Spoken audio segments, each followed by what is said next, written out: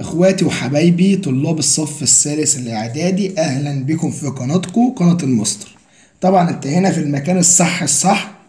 احنا هنا بنشرح بكل جهد، يعني هنا بنتعب مع حضراتكم، مش بنستخسر فيكم اي معلومة، وبنحل كمان وبنرد على اسئلتكم.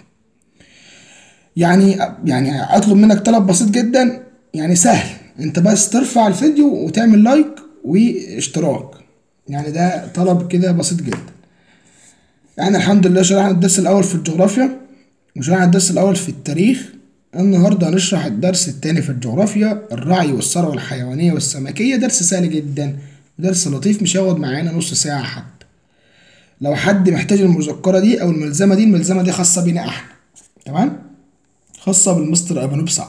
لو حد محتاجها ممكن يطلبنا أو يكلمني على الأرقام الموضحة قدامكم دي.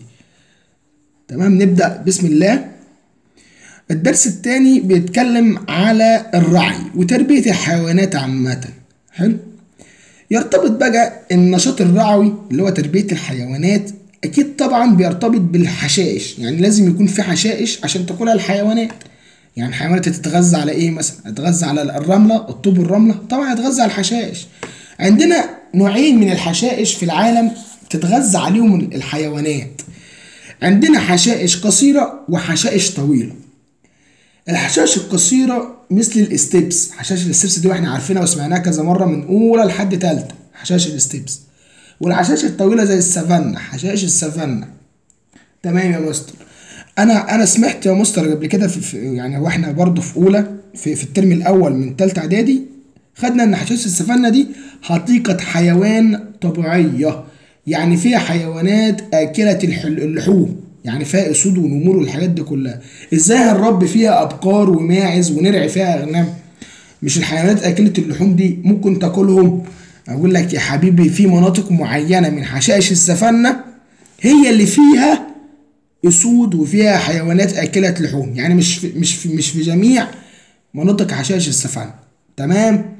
يبقى الرعي عامة بيكون بيرتبط بمناطق الحشائش. عندنا حشائش قصيرة وحشائش طويلة. الحشائش القصيرة زي الاستبس، طويلة زي السفان. أنواع النشاط الرعوي في العالم. خلي بالكم لو انتوا عايزين تسرعوا الفيديو، أنا صوتي بطيء يعني، أو الشرح بتاعي بطيء، فلو لو عايز تسرع الفيديو هتلاقيه من اليوتيوب كده، خليه على 1.5 أو زي ما انت عايز، يعني زي انت بتحب. النشاط الرعوي ينقسم إلى نوعين، زي ما احنا خدنا التجارة، خدنا الزراعة، أنا آسف، خدنا منها زراعة بسيطة وزراعة متقدمة وزراعة تجارية وعلمية. احنا النهاردة بقى في النشاط الرعوي هناخد نوعين من النشاط الرعوي. عندنا الرعي البدائي والرعي التجاري. في الرعي البدائي احنا هنا بنكون في المناطق الصحراوية ذات المساحات الواسعة. فلما اجي اقول لك الرعي البدائي ده بنقصد بيه، هتقول لي راعي يمارسه سكان المناطق الصحراوية ذات المساحات الواسعة في قارات العالم، يعني في كل قارات العالم. طب حلو يا مستر، أنا إزاي هرعي أغنام أو هرعي حيوان في الصحراء؟ ما الصحراء دي ما فيهاش حشائش. أقول لك لأ، في الصحاري أكيد في حشائش، بس مش حشائش كتيرة، يعني حشائش بسيطة جدا، عشان كده بنقول عليه رعي بدائي. حلو الكلام. الأماكن اللي بيتركز فيها الرعي البدائي قال لك في 4 أنواع أو في 4 مناطق. عندنا في الصحاري الحارة، وفي الصحاري المعتدلة، وفي الصحاري الباردة أو صحراء التندرة الباردة. في الصحاري الحارة زي منطقتين مهمين جدا، شمال أفريقيا زي الصحراء الكبرى، وشبه الجزيرة العربية وبدية الشام. شبه الجزيرة العربية احنا طبعا عارفينها اللي هي ايه، السعودية، وبدية الشام اللي هي سوريا وفلسطين والمناطق دي كلها. شبه الجزيرة العربية وبدية الشام دول في آسيا، دول فيهم صحاري حارة جدا. شمال أفريقيا زي الصحراء الكبرى وشبه الجزيرة العربية وبدية الشام. طب الصحراء المعتدلة قال لك في دول وسط آسيا بيكون فيها رعي بدائي. طب حلو، الصحاري الباردة أو صحاري التندرة الباردة قال لك شمال آسيا وأوروبا. احنا عارفين شمال آسيا وأوروبا الجو بيكون تلج طبعا.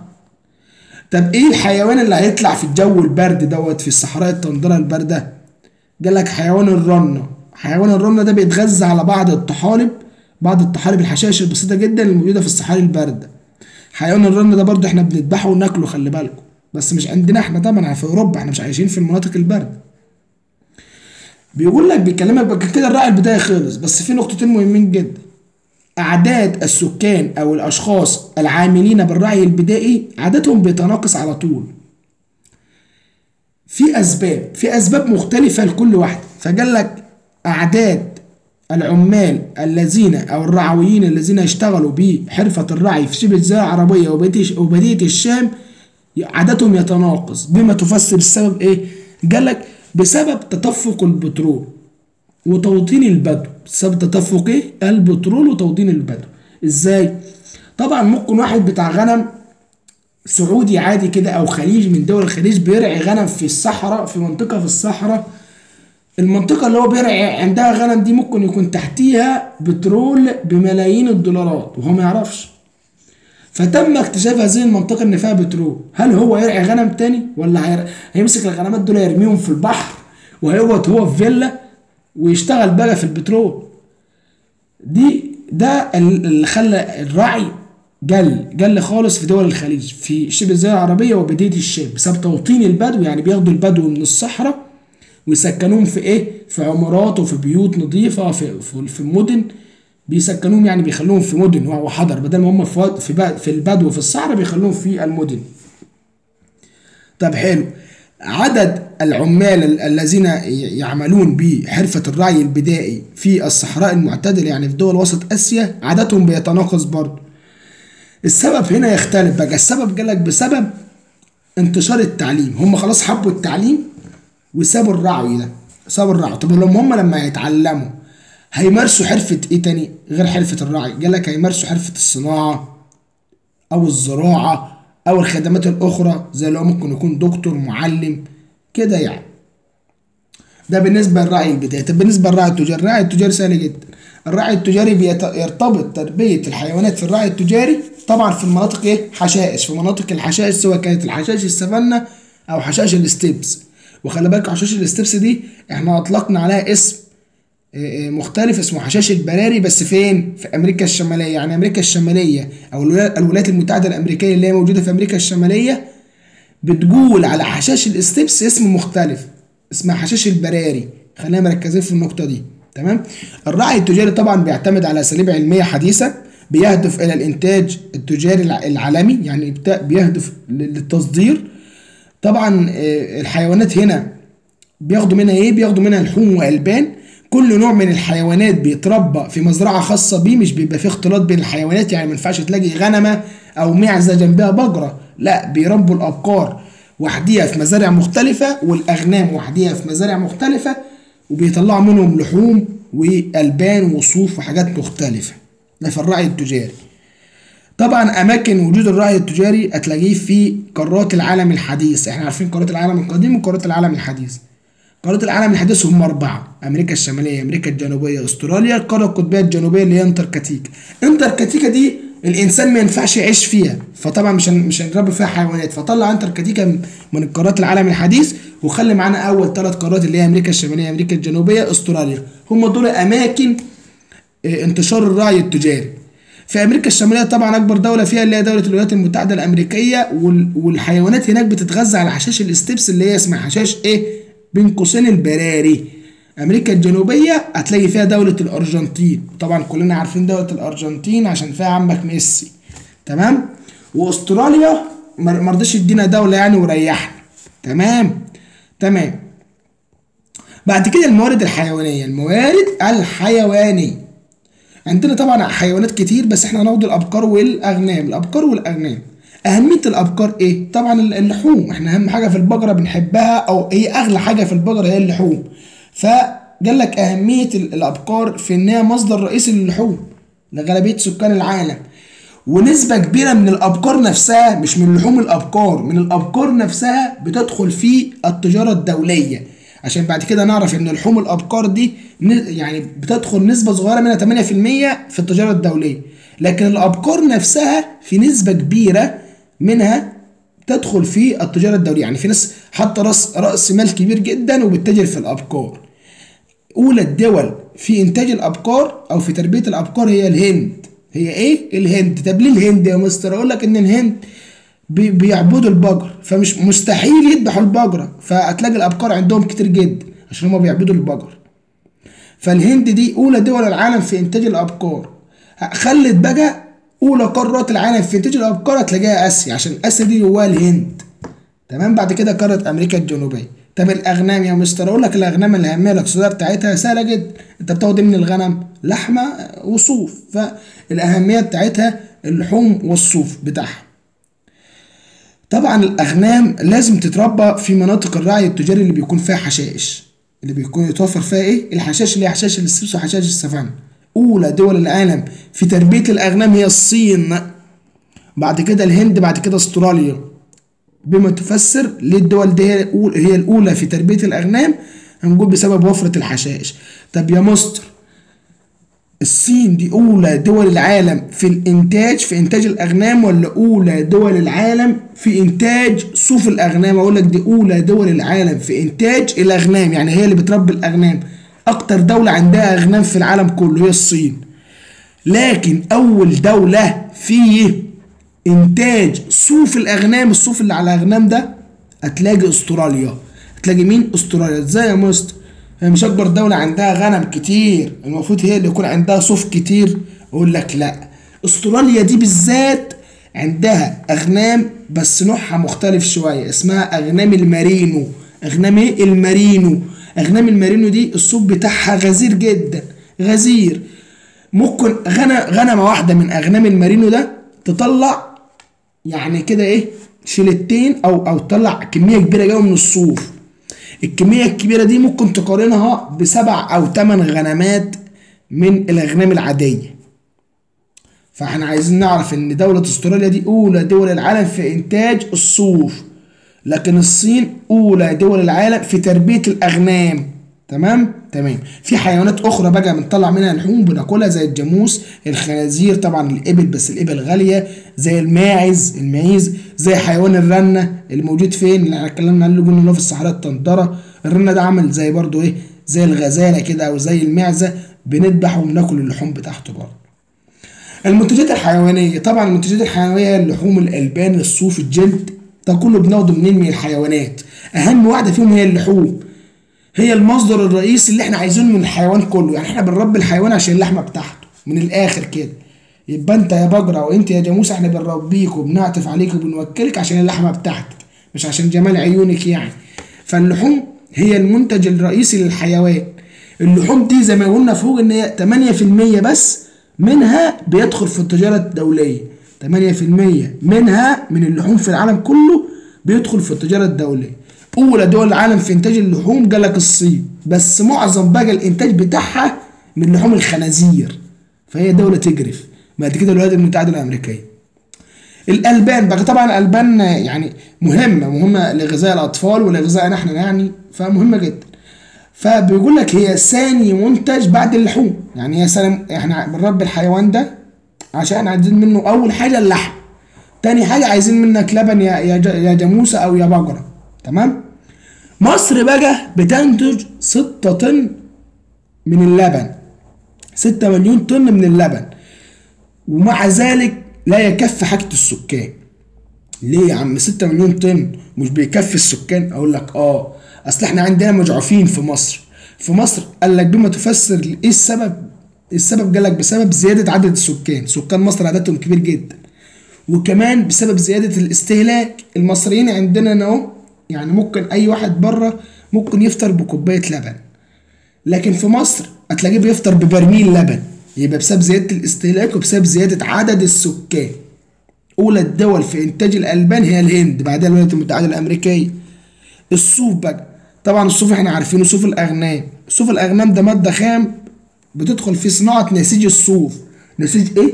الصوف، زي القطن كده والكتان والجود، بس طبعا بيصنع منها ملابس مختلفه.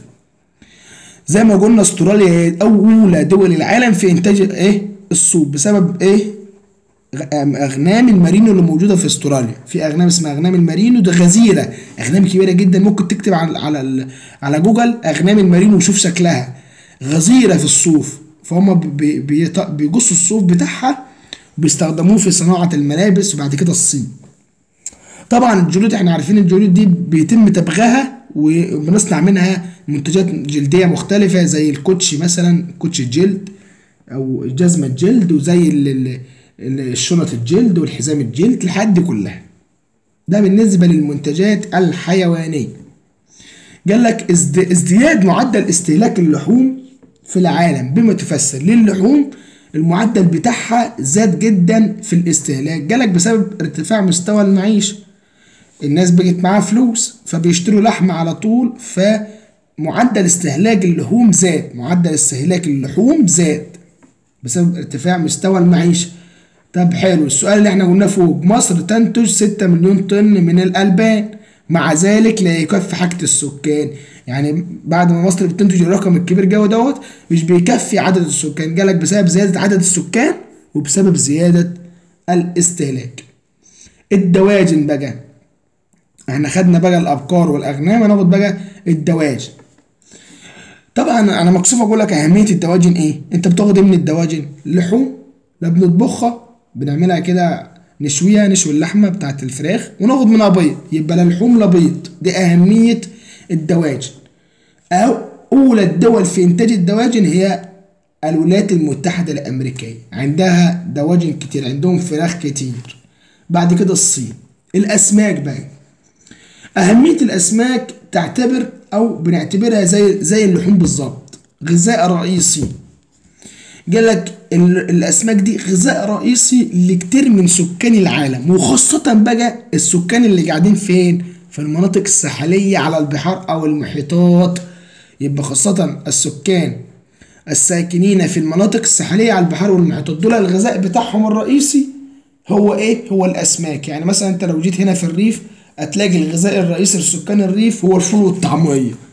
ليه؟ عشان ناس فقراء، ناس فقيره، اخرهم ياكلوا فول وطعميه. لكن لو رحت في المناطق الساحليه او المناطق الشاطئيه اللي هي بتطل على البحار والمحيطات، دول قاعدين جنب البحر على طول، فعلى طول بيصطادوا سمك وياكلوا سمك. ممكن يفطروا بسمك ويتغدوا بسمك ويتعشوا بسمك. دي اهميه الاسماك. طب حلو، في يا حبيب قلبي في شويه مقومات او في شويه عوامل بتساعد على تطوير حرفة الصيد دي، اللي هو بتساعد على كثرة الأسماك في الدول. يعني لو في دولة معينة عملت المقومات دي والعوامل دي، هتلاقيها بتنتج أسماك كبيرة جدا أو كتيرة جدا. إيه هي العوامل دي؟ قسمنا العوامل دي أو المقومات دي لمقومات طبيعية ومقومات بشرية، أو عوامل طبيعية وعوامل بشرية. العوامل الطبيعية قال لك زي طحالة المياه وغنائها بالمواد الغذائية، التقاء التيارات البحرية الدفيئة مع التيارات الباردة، توافر المواني لرسو السفن، يعني لرسو السفن. حلو الكلام. ايه هم معناهم ايه يا مستر؟ انا ما فهمتهمش. اول واحد ضحالة المياه الساحلية. طبعا العوامل الطبيعية دي يعني من عند ربنا هو اللي عامل الحاجات دي اسمها عوامل طبيعية. لكن عوامل بشرية البشر اللي هو البني ادم هو اللي عملها. فعوامل طبيعية اول حاجة ضحالة المياه الساحلية. المياه الساحلية يعني قلة عمق المياه، يعني تلاقي على الشاطئ بتاع البحر في أسماك كتيرة جدا. قال لك إيه السبب؟ السبب إن أشعة الشمس بتوصل لقاع البحر، فبتطلع نباتات على الشاطئ بتاع البحر. النباتات دي بتغذى عليها السمك بيسيب عمق البحر وبيجي يتغذى على إيه؟ على الشاطئ، على النباتات اللي طالعة على الشاطئ بتاع البحر. فبتلاقي السمك على وش البحر كده، فبيسهل اصطياد السمك، يعني بيبقى سهل انك تصطاد السمك وتصطاد سمك كتير كمان. تاني حاجة التقاء التيارات البحرية الدافئة مع التيارات الباردة. في تيارات مية جاية من القطب الجنوبي او القطب الشمالي، تيارات باردة ساقعة، مع تيارات دفيئة جاية من خط الاستواء، يعني من عند البحر او المنطقة الاستوائية، بتكون سخنة ذات حرارة. التيارات دي بتخبط في بعضيها، بيعملوا مع بعض كده اهو، فبيعملوا موجة او دايرة جوه زي كده ايه، اعصار جوه الميه او البحر او المحيط، بيخلي الطعام بتاع الاسماك اللي تحت، اللي في قاع البحر تحت، بيطلع على سطح ايه، على سطح الميه. فالسمك بيجري ورا الطعام ده، وبيطلع على سطح ايه، الميه، ويتغذى على الطعام دوت، وبيتغذى على ايه، على الطعام دوت. فاحنا بيسهل علينا اصطياد بقى ايه، السمك ده بيسهل اصطياد الاسماك. تالت واحدة اللي هو توافر المواني. المواني الطبيعية احنا عارفينها طبعا، خدناها الترم الاول، اللي هي السفن المحملة بالبضائع التجارية بتروح تخش المواني دي عشان تفضي البضائع بتاعتها او تحمل بضائع جديدة. عنصر الموانئ الطبيعية دي ممكن يكون تبع العوامل الطبيعية أو العوامل البشرية، يعني ممكن نلاقي موانئ طبيعية ربنا هو اللي عاملها، وممكن موانئ بشرية البشر هم اللي يعملوها. فرقم 3 مشترك بين عوامل طبيعية وعوامل بشرية. رقم 4 طبعا من العوامل البشرية توفر خبرات، يعني يبقى في خبرات علمية في صناعة إيه؟ في صناعة المراكب اللي هي السفن، وكمان في صناعة أدوات صيد حديثة وثلاجات عشان نحتفظ بالسمك ده. 5 من المقومات أو العوامل البشرية هو إنشاء المزارع السمكية لتربية الأسماك على أسس علمية حديثة عشان نربي أسماك وننتج أكبر عدد من الأسماك. طب فين المناطق اللي بيتوفر فيها العوامل دي كلها؟ قال لك عندنا 4 مناطق. عندنا سواحل شمال غرب أوروبا، وسواحل أمريكا الشمالية وأمريكا الجنوبية، وسواحل شرق وجنوب شرق آسيا. يبقى عندنا 4 مناطق يتوافر فيها العوامل اللي احنا قلناها فوق دي، زي سواحل شمال غرب أوروبا وسواحل أمريكا الشمالية وأمريكا الجنوبية وسواحل شرق وجنوب شرق إيه؟ آسيا. حلو. الإنتاج العالمي من الأسماك ده نصف إنتاج السمك في العالم كله من البحار والمحيطات. طب البحار والمحيطات دي مية مالحة ولا مية عذبة؟ مية مالحة طبعا. فالمية المالحة بتمتلك نصف الإنتاج من الأسماك. قعد نص بقى. النص التاني، تلت النص التاني بتنتجه مزارع تربية الأسماك، يعني المزارع اللي بتتعمل في العالم كله بتطلع تلت أو ثلث الإنتاج العالمي. باقي الإنتاج بقى بتطلعه المياه العذبة، بينتجوا المياه إيه العذبة. إيه هي المياه العذبة دي يا مستر؟ اللي هو زي الأنهار العذبة والبحيرات العذبة، المياه اللي أنت بتنفع تشربها يعني. تمام؟ أهم الدول اللي بتنتج السمك عندنا الصين أول دولة، بعدها إندونيسيا، بعد كده الولايات المتحدة الأمريكية. دي الدول اللي المنتجة اللي بتنتج السمك. في دول بقى مصدرة بتصدر الأسماك. الدول المصدرة للأسماك أول دولة طبعا الصين، بعد كده النرويج، تايلاند. الصين دي إيه اللي خلاها أكثر دول العالم إنتاجا للأسماك؟ دي بتمتلك تلت إنتاج العالم. تخيل يعني تلت إنتاج العالم من السمك موجود في الصين. يعني السمك دي مردومة، الصين دي مردومة سمك. بما تفسر ايه الاسباب اللي خلت الصين فيها سمك كتير جدا كده؟ قالك بسبب وجود مصائد لها على المحيط الهادي، يعني بسبب مصائدها على المحيط الهادي. المحيط الهادي ده كبير جدا، خلي بالك اكبر محيط في العالم كله. فهي على الشواطئ بتاع المحيط الهادي عندها مصائد كبيرة جدا، مصائد يعني بتصيد بها الاسماك.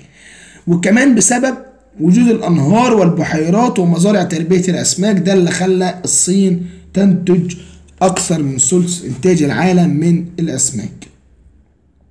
الدول المصدرة بقى اللي بتصدر دي دول منتجة، اللي هي الصين وإندونيسيا والولايات المتحدة الأمريكية، دول منتجة بتنتج الأسماك. لكن اللي بتصدرها لدول بره زي أول طبعا الصين، طبعا عشان الصين دي تلت إنتاج العالم، فهي بتوكل شعبها بيفضل تصدره بره الصين. بعد كده تاني دولة النرويج. دولة ايه؟ النرويج اللي منها ايرلينج هالاند. بعد كده تايلاند، دولة تايلاند. السؤال ده تافه جدا، بيقول لك الصين واندونيسيا والولايات المتحدة الأمريكية من أولى الدول المنتجة للأسماك، بما تفسر السبب ايه؟ طبعا بسبب طول سواحل ايه؟ السواحل اللي بتطل على البحار والمحيطات وتقدم وسائل الصيد. في أحياء مائية أخرى موجودة في البحر ممكن ناكلها، قال لك زي القشريات والرغويات والحيتان. القشريات يعني مش هديك مثال كده، اديك مثال مجرف زي الصرصاره كده زي الصرصاره، زي الجمبري. تمام؟ ده بيبقى عايش في البحر اسمه قشريات الجمبري. الرغويات اديك مثال مجرف برضو زي كده جنديل البحر كده، يعني زي الصابون كده. تمام؟ الرغاوي بتاع الصابون اسمه الرغويات. مثل الصبيط ده بيعيش في المحيطات والبحار، ده بناكله برضه. انا ما باكلوش طبعا ولا عمري هاكله، بس انا بقول لك المثال يعني بعد كده الحيتان بتعيش طبعا في المحيطات.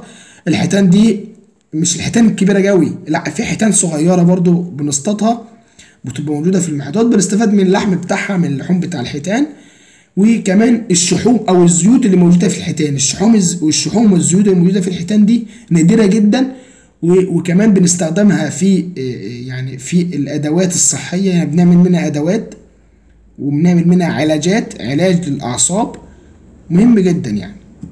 الدرس بتاعنا كده خلص، اتمنى تكونوا استفدتوا لو بمعلومه بسيطه جدا. لو انا حتى رجعت لك المعلومات اللي في دماغك، اتمنى تكون استفدت باكبر استفاده ممكنه. اشوفكم في الفيديو القادم باذن الله. يعني محتاج منكم دعم اكبر من كده، عشان انا حاسس ان مفيش اهتمام بالمحتوى، وده ما بيشجعنيش على تنزيل الفيديوهات. فانا عايز اهتمام اكبر ولايكات كده واشتراكات، وتعرف اصدقائك بالقناه بتاعتنا. اشوفك في الفيديو القادم، مع السلامه.